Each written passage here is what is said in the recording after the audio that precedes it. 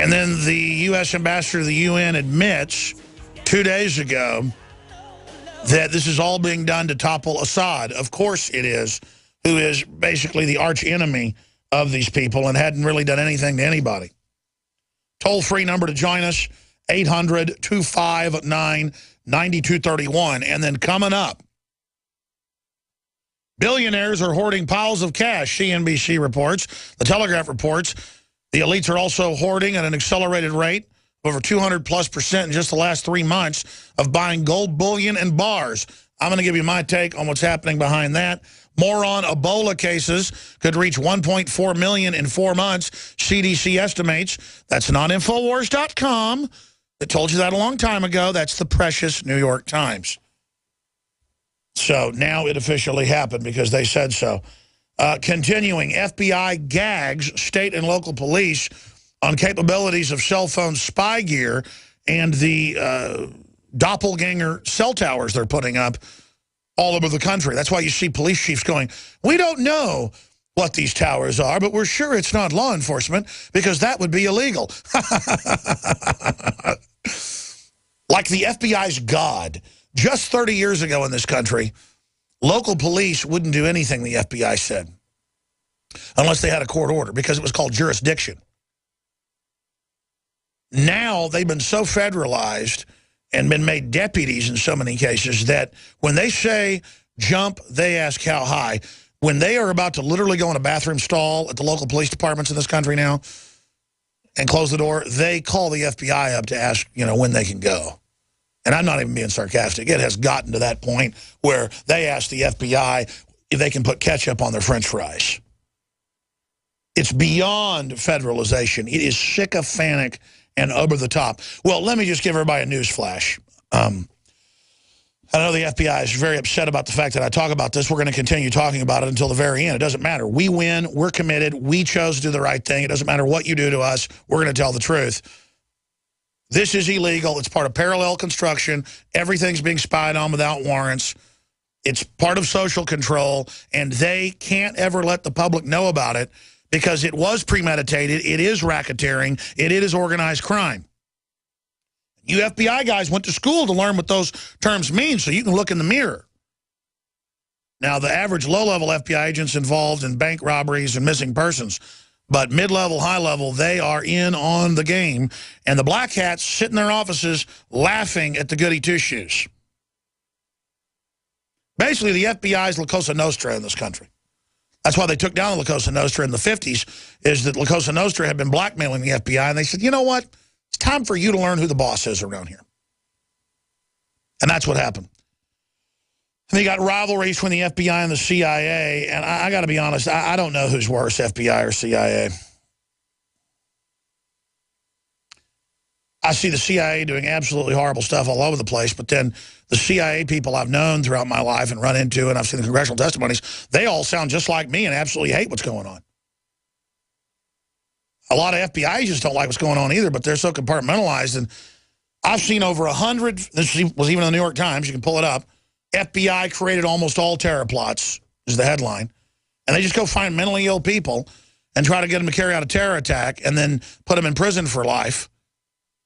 I mean, it's not good to find a 72 IQ person that can hardly talk and try to get them to blow up the Christmas event in Portland. Just not cool. There it is. New York Times, Sunday Review. Terrorist plots hatched by the FBI. That's hatched. The United States has been narrowly saved from lethal terrorist plots in recent years, or so it seemed. A would-be suicide bomber was intercepted on his way to the Capitol.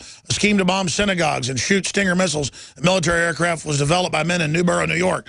And a fanciful idea to fly explosive-laden model planes in the Pentagon and the Capitol was hatched in Massachusetts. But all of these dramas were facilitated by the FBI, whose undercover agents and informers posed as terrorists, offering a dummy missile, fake C4 explosives, a disarmed suicide vest, and rudimentary training. The suspects naively played their parts until they were arrested.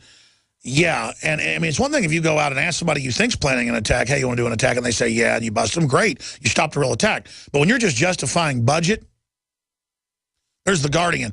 Government agents directly involved in most high-level U.S. terror plots. And we've seen these cases. You remember at the RNC where there's this video back 4 or 5 years ago of these young, dumb kids like, I don't want to blow the Molotov cocktails. I want to go home to mommy. I booked an airline flight tomorrow. I'm leaving. Get sent to prison. I'm not going to bomb anything. No, I want mommy.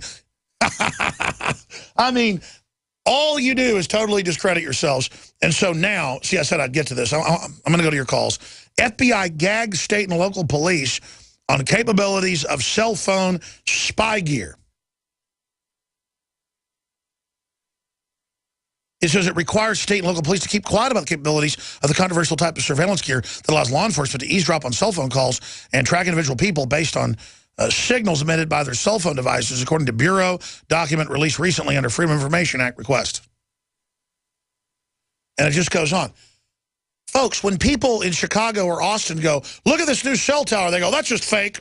Never mind it. No, it's not fake. It's a separate cell tower. We have the documents from insiders in Chicago, in Washington, in Seattle, in Austin, Texas, years ago. We know what they're doing. So that's an example of what's coming up. GOP Obamacare, bending over backwards for illegals. Illegal immigration, a new wave of Central American kids will reach the U.S. soon, according to experts. And just like they lie about the NSA surveillance or the Stingray cell towers, they'll say, we don't know where the kids are coming from. We get a tip from ICE, go to the border, and there are the buses pulling in, loading the kids with vouchers with their parents on buses to be sent anywhere they want without IDs. Just like we told you, and it's now been confirmed, that they let the illegals fly with no IDs. The point is, none of it has to do with security. It has to do with us being pinned farm animals on the government slaughterhouse reservation, literally lied to about everything, preyed upon.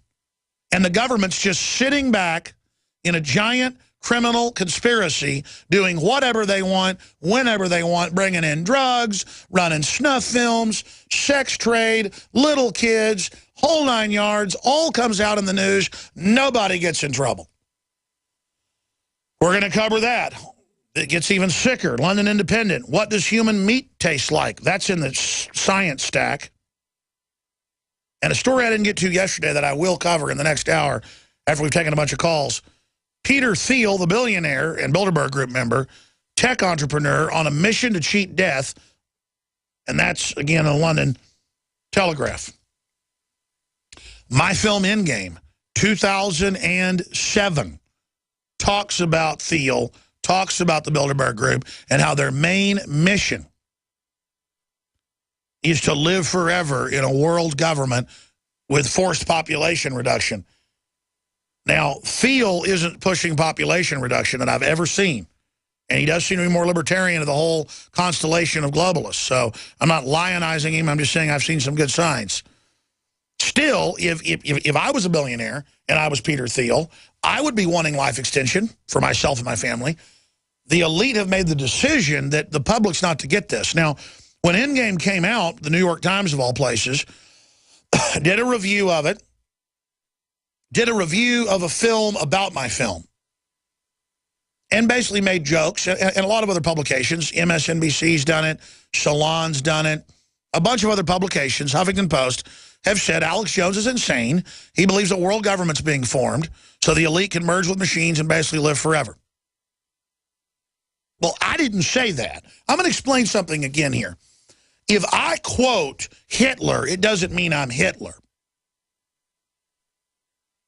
If I quote Christ, it doesn't mean I'm Christ. If I quote Mahatma Gandhi, it doesn't mean I'm Mahatma Gandhi. The film has their quotes and where they said it. And how they would release airborne Ebola and stuff like that. This film came out 7 years ago. So we're going to play a clip of the 3-hour film coming up after phone calls. Mike, Mick, Ryan, Aaron, Rambo, and others. If you just joined us, the West is openly arming al-Qaeda, rebranding it ISIL, ISIS, IS to confuse the public and to confound them.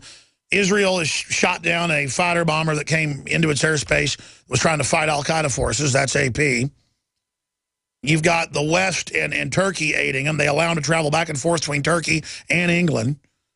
So what is your take on Obama without congressional approval? He came out and said, Congress is trying to give me an authorization. I don't need an authorization. Obama ignores Congress, again, to launch Syrian attack with no legal basis. President commits impeachable offense. Paul Joseph Watson, Infowars.com. I want to get your take.